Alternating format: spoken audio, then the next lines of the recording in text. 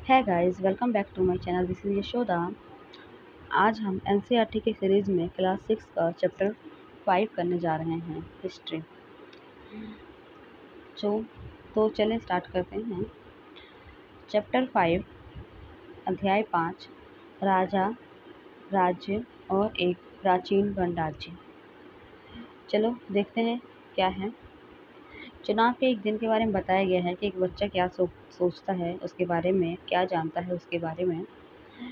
जब शंकर उठा तो उसने देखा कि उसके नाना नानी वोट डालने जा रहे थे। दरअसल वे चुनाव केंद्र पर सबसे पहले पहुंचना चाहते थे। शंकरन जानना चाहता था कि आखिर वे इतने उत्साहित क्यों थे। उसके नाना जी ने उसे जल्द ही समझाने की कोशिश की और कहा, आज हम अपने शासकों का चुनाव करने जा रहे हैं। कुछ लोग शासक कैसे बनते हैं। लगभग 50 वर्षों पहले से हम अपने शासकों का चुनाव मतदान के जरिए करते आ रहे हैं। लेकिन बहुत पहले लोग शासक कैसे बनते थे। करीब 3000 साल पहले कुछ लोग बड़े बड़े यज्ञों को आयोजित कर राजा के रूप में प्रतिष्ठित हो गए। अश्वमेध यज्ञ एक ऐसा ही आयोजन था। इसमें एक घोड़े को राजा के लोगों की देखरेख में स्वतंत्र विचरण के लिए छोड़ दिया जाता था। इस घोड़े को किसी दूसरे राजा ने रोका तो उसे वहां अश्वमेध यज्ञ करने वाले राजा से लड़ाई करनी पड़ती थी। अगर उन्होंने घोड़े को जाने दिया तो इसका मतलब है कि वह अश्वमेध यज्ञ करने वाला राजा उससे ज़्यादा शक्तिशाली था। इसके बाद उन राजाओं को यज्ञ में आमंत्रित किया जाता था। यह यज्ञ विशिष्ट पुरोहितों द्वारा संपन्न किया जाता था, इसलिए इन्हें उपहारों से सम्मानित किया जाता था। अश्वमेध यज्ञ करने वाला राजा बहुत शक्तिशाली माना जाता था। यज्ञ में आमंत्रित सभी राजा उनके लिए उपहार लाते थे। इन सभी आयोजनों में राजा का मुख्य स्थान होता था। उसे राज सिंहासन या बाघ की खाल के लिए विशेष आसन पर बिठाया जाता था। इस क्षेत्र में राजा का सारथी ही उसका सहचर होता था। यज्ञ के अवसर पर वह राजा की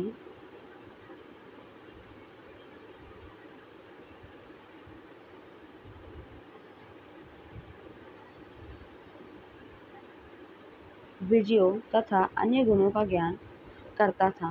राजा के सगे संबंधी, खास तौर पर उनकी रानियां तथा पुत्रों को भी कई कई छोटे छोटे अनुष्ठान करने होते थे।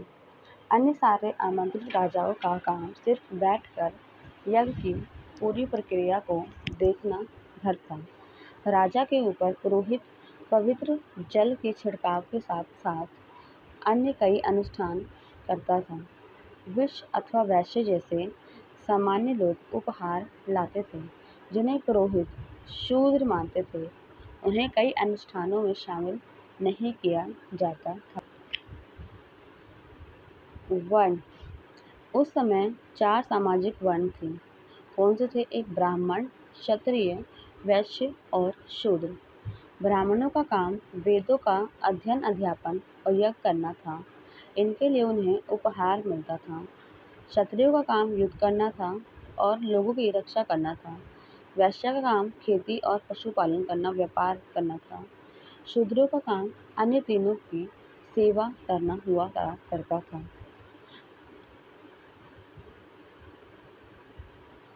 आइए देखते हैं जनपद किसे कहते हैं।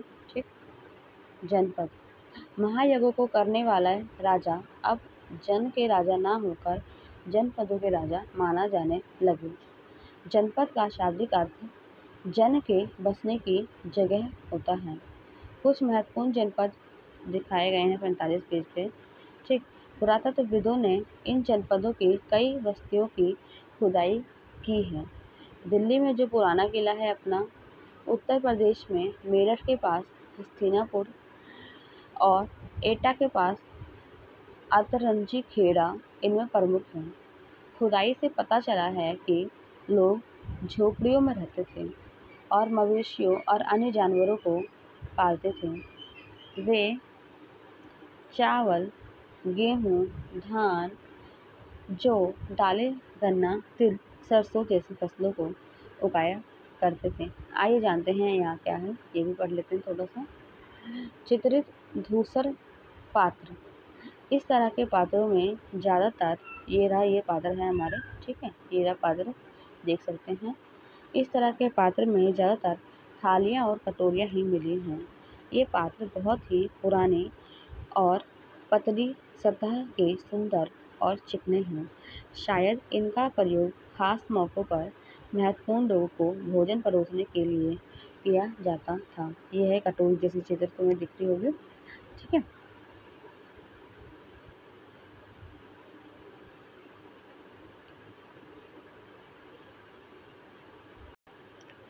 लोग मिट्टी के बर्तन भी बनाते थे। इनमें कुछ धूसर और कुछ लाल रंग के होते थे।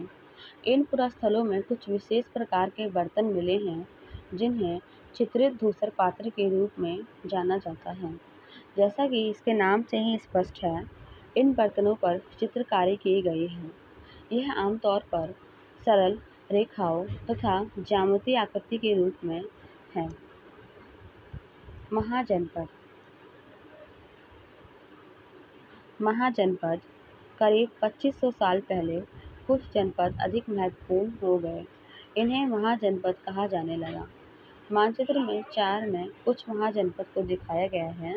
अधिकतर महाजनपदों की एक राजधानी होती थी। कई राजधानियों में किलेबंदी की गई थी, अर्थात इनके चारों ओर लकड़ी, ईंट, पत्थर की ऊंची-ऊंची दीवारें बनाई गई थी।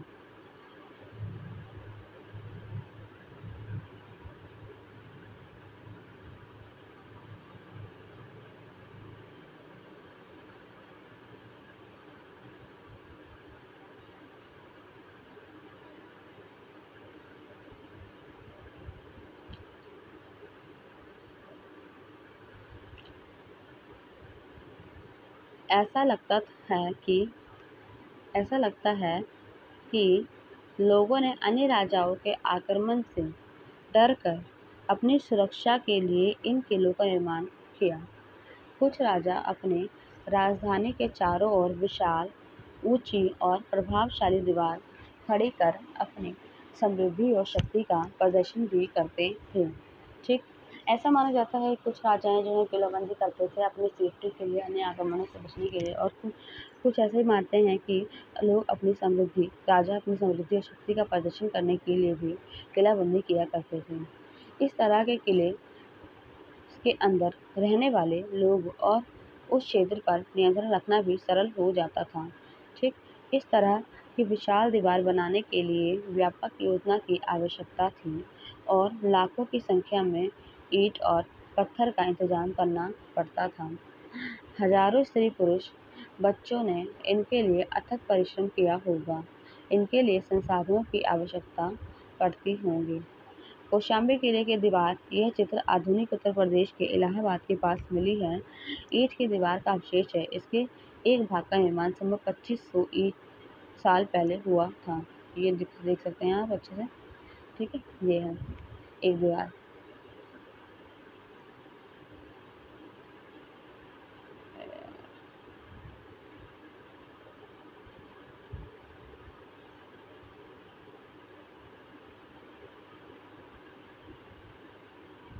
अब राजा सेना रखने लगे थे। सिपाहियों को नियमित वेतन देकर पूरे साल रखा जाता था। आज सिक्कों पृष्ठ 77 पर दिखाए गए हैं। इन सिक्कों के बारे में तुमने अध्याय 8 में पढ़ोगे। हम चैप्टर 8 में आज सिक्कों के बारे में ज़्यादा डिटेल से पढ़ेंगे। आइए जानते हैं कर कि राजा महाराजा कर किस तरह से वसूला करते थे। महाजनपदों के राजा विशाल किले बनवाते थे और बड़ी सेना रखते थे, इसलिए उन्हें प्रचुर संसाधन की आवश्यकता होती थी। इसके लिए उन्हें कर्मचारियों की भी आवश्यकता होती थी। अतः महाजनपदों के राजा लोगों के द्वारा समय समय पर लाए गए उपहार पर निर्भर न रहकर नियमित रूप से कर वसूलते थे। ठीक, अब कर किस तरह से लेते थे? ये हैं फसलों पर लगाए गए कर। जो किसान थे उनके फसलों पर जो है कर लगाया जाता था। ठीक, किसानों के फसलों से कर वसूला जाता था। कारीगरों के ऊपर लगाए गए कर। जो कारीगर थे, जो कोई काम धंधा करते थे, उनके ऊपर कर लगाया जाता था। पशु पालकों को जानवरों या उनके उत्पाद के रूप में कर देना पड़ता था। जो जानवर पालते थे उनको या तो जानवर ही दिया जाता था या जानवर को जो प्रोडक्ट दूध हो गया, घी हो गया, तेल हो गया, जो भी मिलता है वो उसको दिया जाता था एज अ कर। व्यापारियों को सामान पर कर लगाना पड़ता था और आखेटकों और संग्राहकों को जंगल से प्राप्त पर कर देना होता था। ठीक, अब आते हैं कृषि में परिवर्तन किस तरह से हुआ है उसके बारे में थोड़ा सा विस्तार से देख लेते हैं। कृषि में परिवर्तन। इस युग में कृषि के क्षेत्र में दो बड़े परिवर्तन आए। हल के फाल अब लोहे के बनने लगे। अब कठोर जमीन को लकड़ी के फाल की तुलना में लोहे के फाल से आसानी से जोता जाता था। इससे फसलों की उपज बढ़ी। दूसरे लोगों ने धान का पौधा रोपण शुरू किया, अर्थात खेतों में बीज छिड़क कर धान उपजाने के बजाय धान के पौधों की तैयार करके उनका रोपण शुरू कर दिया। अब पहले की तुलना में बहुत ज़्यादा पौधे जीवित रह जाते थे, इसलिए पैदावार भी ज़्यादा होने लगी। ठीक,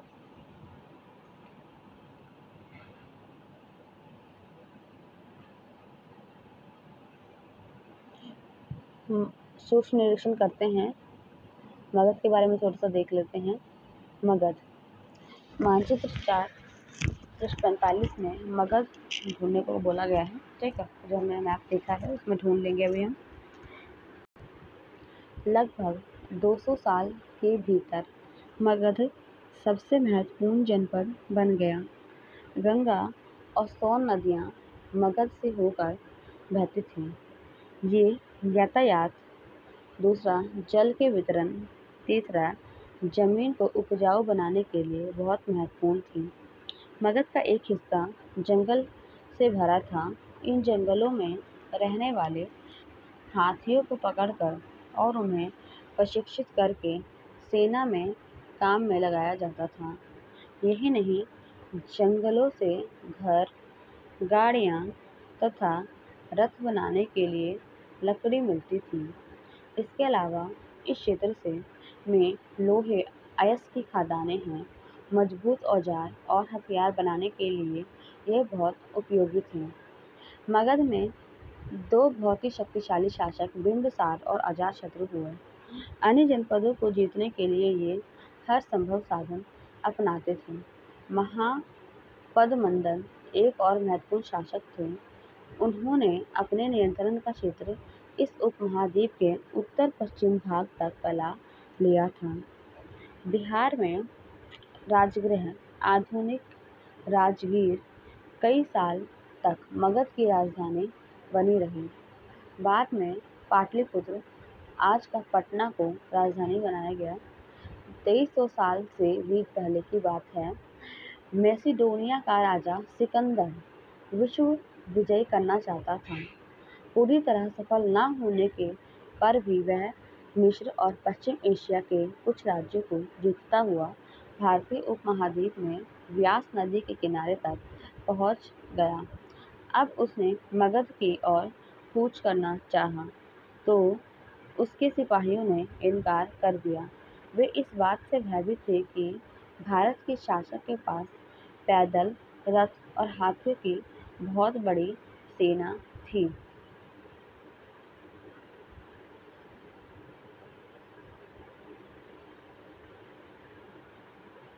अब वज्जी के बारे में थोड़ा सा देख लेते हैं।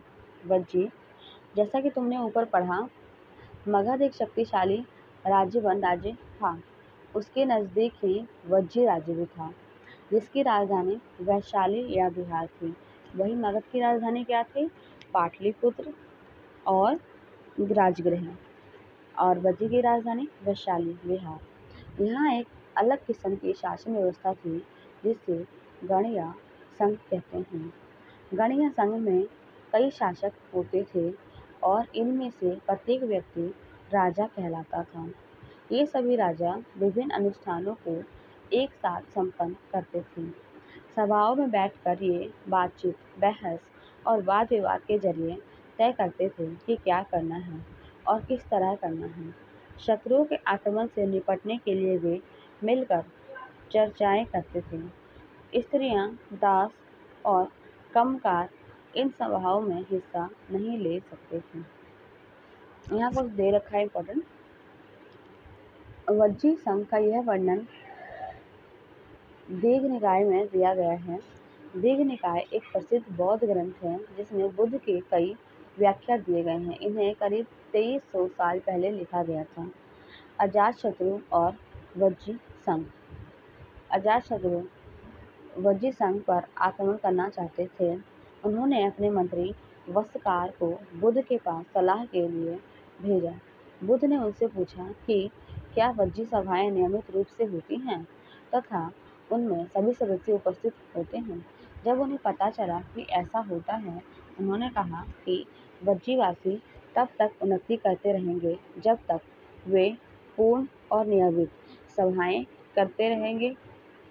दूसरा, आपस में मिलजुल कर काम करते रहेंगे। तीसरा, पारंपरिक नियमों का पालन करते रहेंगे। चौथा, बड़ों का सम्मान और समर्थन और उनकी बातों पर ध्यान देते रहेंगे।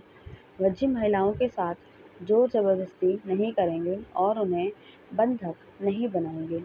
शहरों तथा गांवों में चैत्य का रखरखाव करेंगे। विभिन्न मतावलंबी संतों का सम्मान करेंगे और उनके आने जाने पर कोई रोक नहीं लगाएंगे। क्या था? एक, वे पूर्ण और नियमित रूप से सभाएं करते रहेंगे, आपस में मिलजुल कर बात करते रहेंगे, पारंपरिक नियमों का पालन करते रहेंगे, बड़ों का सम्मान, समर्थन और उनकी बातों पर ध्यान देते रहेंगे। वज्जी महिलाओं के साथ जोर जबरदस्ती नहीं करेंगे और उन्हें बंधक नहीं बनाएंगे। शहरों तथा गांवों में चैत्यों का रखरखाव करेंगे, विभिन्न मतावलंबी संतों का सम्मान करेंगे और उनके आने जाने पर कोई रोक नहीं लगाएंगे। ठीक।